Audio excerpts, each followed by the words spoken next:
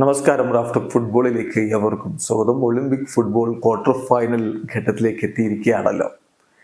Quarter ഫൈനലിലെ 8 ടീമുകൾ, അതിൽ അവർ മുന്നോട്ട് പോകുമ്പോൾ മുന്നിൽ ആരൊക്കെ വരും, ആരെയൊക്കെ മറികടക്കേണ്ടതുണ്ട് ഗോൾഡ് മെഡലിലേക്ക്, അതാണ് നമ്മൾ ഈ ഒരു വീഡിയോയിൽ പരിശോധിക്കുന്നത്. ഇപ്പോൾ നമുക്കറിയാം 8 ടീമുകൾ ഫ്രാൻസും യുണൈറ്റഡ് സ്റ്റേറ്റ്സുമാണ് ഗ്രൂപ്പ് എയിൽ നിന്ന് മുന്നോട്ട് വന്നത്.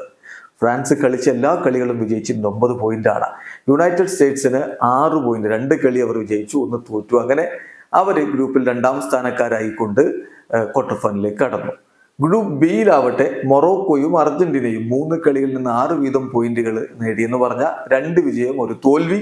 പക്ഷേ അർജന്റീനയെ മൊറോക്കോ തോൽപ്പിച്ചിരുന്നു. ഗോൾ ഡിഫറൻസ് ഒക്കെ സെയിം ആണ്. അപ്പം അർജന്റീനയെ മൊറോക്കോ തോൽപ്പിച്ചിരുന്നു. മൊറോക്കോ ഗ്രൂപ്പിൽ 1ാം സ്ഥാനക്കാരായിക്കൊണ്ട് ക്വാർട്ടർ ഫൈനലിലേക്ക് കടന്നപ്പോൾ അർജന്റീന 2ാം സ്ഥാനക്കാരായിട്ടാണ് ക്വാർട്ടറിലേക്ക് കടന്നത്. ഗ്രൂപ്പ് സിയിൽ നിന്ന് ഈജിപ്തും സ്പെയിനും, ആ ഗ്രൂപ്പിൽ സ്പെയിനിനെ മറികടന്നുകൊണ്ട് ഈജിപ്റ്റാണ് 1ാം സ്ഥാനത്ത് ഫിനിഷ് ചെയ്തത്. കളിച്ച 3 കളികൾ 2 ജയം 1 സമനില, അവർക്ക് 7 പോയിന്റ്. സ്പെയിൻ ആവട്ടെ 3 കളികളിൽ 2 ജയം 6 പോയിന്റ്, അവർ 2ാം സ്ഥാനത്താണ് ഫിനിഷ് ചെയ്തത്.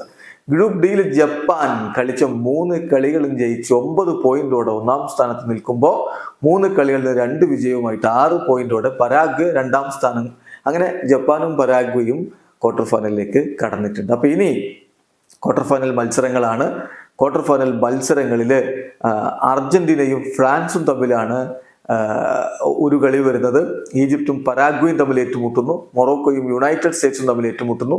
ജപ്പാനും സ്പെയിനും തമ്മിൽ ഏറ്റുമുട്ടുന്നു. ആർക്കാണ് കൂടുതൽ സാധ്യത, ഗോൾഡ് മെഡൽ സാധ്യത എന്നുള്ളതിന് തീർച്ചയായിട്ടും സ്പെയിനിന് സാധ്യത കണക്കാക്കുന്നു. ഫ്രാൻസ്, ആദ്യമായിട്ടുള്ള ഫ്രാൻസ് മികച്ച ഫോമിൽ കളിച്ചുകൊണ്ടിരിക്കുന്നു. അർജന്റീന ആദ്യ കളി തോറ്റെങ്കിലും പിന്നെ തിരികെ വന്നിട്ടുണ്ട്, അവർക്ക് സാധ്യത കണക്കാക്കുന്നു.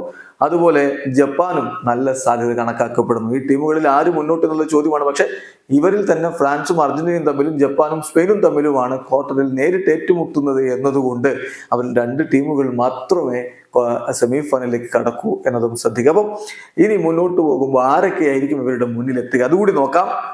ഇപ്പൊ ഫ്രാൻസ് വേഴ്സസ് അർജന്റീന മത്സരത്തിലെ വിജയികൾ നേരിടേണ്ടത് ഈജിപ്ത് വേഴ്സസ് പരാഗ്വേ മത്സരത്തിലെ വിജയികളെയാണ്. അങ്ങനെയാണ് സെമി ഫൈനൽ വരിക. അപ്പൊ ഫോർ എക്സാമ്പിൾ ഫ്രാൻസ് വിജയിച്ചെന്ന് വെക്കുക അർജന്റീനക്കെതിരെ, ഈജിപ്തിനെതിരെ പരാഗ്വേ വിജയിച്ചാൽ ഫ്രാൻസ് വേഴ്സസ് പരാഗ്വേ മത്സരമായിരിക്കും. അതല്ല, അർജന്റീനയാണ് ഫ്രാൻസിനെതിരെ വിജയിക്കുന്നതെങ്കിൽ അവർക്കെതിരെ വരിക, സെമി ഫൈനലിൽ വരിക ഈജിപ്തോ അല്ലെങ്കിൽ പരാഗ്വേ ആയിരിക്കും. പരാഗ്വേ സൗത്ത് അമേരിക്കൻ ഒളിമ്പിക് ക്വാളിഫയറിൽ എല്ലാവരെയും തോൽപ്പിച്ച് 1ാം സ്ഥാനവും കൊണ്ട് ഒളിമ്പിക്സിന് വന്നവരാണ്. അർജന്റീനയുടെ 2ാം സ്ഥാനക്കാരായിരുന്നു. ഏതായാലും അങ്ങനെയാണ് സെമി ഫൈനലിലെ മത്സരങ്ങൾ വരിക.